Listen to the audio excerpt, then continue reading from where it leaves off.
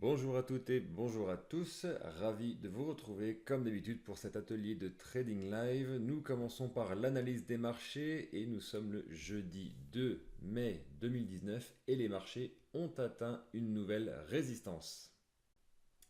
En effet, comme vous le voyez sur le graphique ici présent, le S&P 500 depuis son creux du mois de décembre de Noël 2018 plus exactement, a lentement mais sûrement repris du poil de la bête tout en traversant nos deux précédentes résistances que nous avions identifiées qui étaient des supports de moyenne mobile aux alentours des 2600 points et une deuxième qui a été ensuite franchie aux alentours des 2750 points.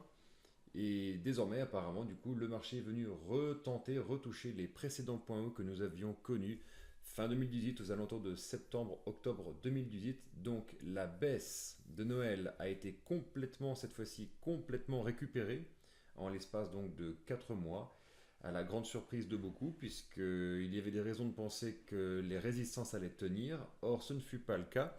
Les grandes annonces, les grands changements de direction de la Fed en plein milieu de ce timing a sans doute joué pour beaucoup sur la reprise des marchés. Effet d'annonce et début de campagne électorale américaine sans doute sont pour quelque chose dans le fait que les marchés sont complètement à nouveau redécorrélés et très très très très cotés vis-à-vis de leurs fondamentaux. Nous sortons tout juste d'une phase de earnings qui ne font pas forcément apparaître des données macroéconomiques extrêmement puissantes. Je dirais même que nous sommes plutôt sur des signaux de haut de cycle, ce qui n'empêche pas le marché de décider d'aller là où il décide d'aller, c'est-à-dire pour l'instant toujours plus au nord.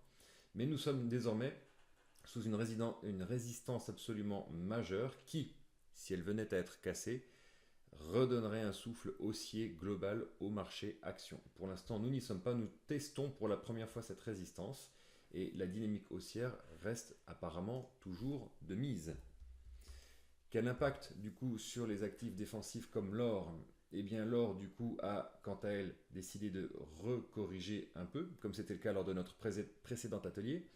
À ceci près, comme je l'avais précisé, c'est que la moyenne mobile rose ici à 200 périodes, donc 200 jours ici, a été cassée à la hausse dans le courant début du mois de décembre. On est parti à la hausse et pour l'instant nous sommes en train de venir temporiser au-dessus de cette moyenne, c'est-à-dire qu'elle a été cassée, c'est quand même une moyenne majeure, elle a été cassée à la hausse, les cours semblent vouloir venir se réappuyer dessus, ce qui semble complètement, on va dire, cohérent avec le rebond des actions. Donc l'or temporise, vient se rappuyer alors que les actifs actions sont en train de grimper. Jusqu'ici, tout va bien, Madame la Marquise. Passons du côté de l'immobilier.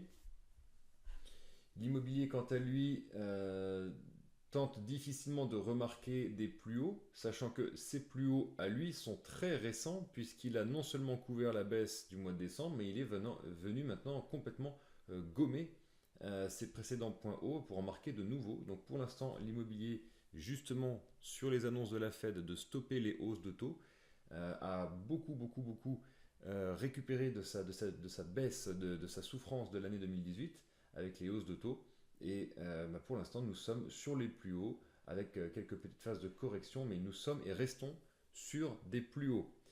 Sous la barre des 88 points pour l'indice VNQ aux États-Unis, nous sommes un peu comme sur les marchés actions, c'est-à-dire entre guillemets un peu attentistes sur les perspectives à venir. Donc tant que nous sommes sous les moyennes techniquement, nous sommes plutôt baissiers. Si ces résistances venaient à être cassées, alors seulement et alors seulement la tendance haussière sera apparemment relancée, mais pas avant. Je termine avec l'obligataire long terme américain. L'obligataire, comme l'or avait cassé ses moyennes longues, ses moyennes mobiles longues, est venu les retester une première fois et s'appuyer complètement dessus, puisque justement l'arrêt de la hausse des taux aux États-Unis a été très favorable à l'obligataire. Donc pour l'instant, l'obligataire, quant à lui, comparé à l'or comme actif défensif, l'obligataire semble lui plutôt surfer ses effets d'annonce et la tendance haussière ici en blanc n'est absolument pas remise en cause. Au contraire, nous sommes plutôt sur le bas de notre couloir ascendant et donc il y a fort à parier qu'au niveau de l'obligataire, nous soyons toujours dans la bonne tendance haussière sur cette classe d'actifs. Au niveau de la volatilité, pas grand chose à dire si ce n'est que nous allons de point bas en point bas sur la volatilité, ce qui est plutôt bon signe désormais pour les traders options, puisque nous ne pouvons plus, enfin, il devient difficile d'aller beaucoup plus bas en termes de volatilité, donc ça va bientôt être notre tour. Autant se tenir prêt, un petit soubresaut sur les 2 derniers jours, mais rien de méchant.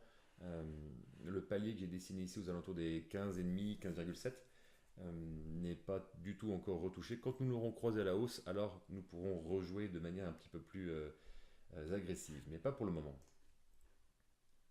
Mais à surveiller. Quant à l'euro-dollar, alors l'euro-dollar, nous avions un point bas depuis longue date, dessiné ici, en hebdomadaire, et il a été testé. Il a été testé, enfin, légèrement transpercé, mais il y a eu un rebond sur les 1,11 au niveau de l'euro-dollar. Donc la tendance de range semble commencer à vouloir donner des signaux de faiblesse et partir plutôt en couloir baissier. Donc dans les prochains jours, il y aura fort à parier que le format de mes supports et résistances change pour un canal horizontal vers un canal baissier. En tout cas, c'est la forme que cela commence à vouloir prendre.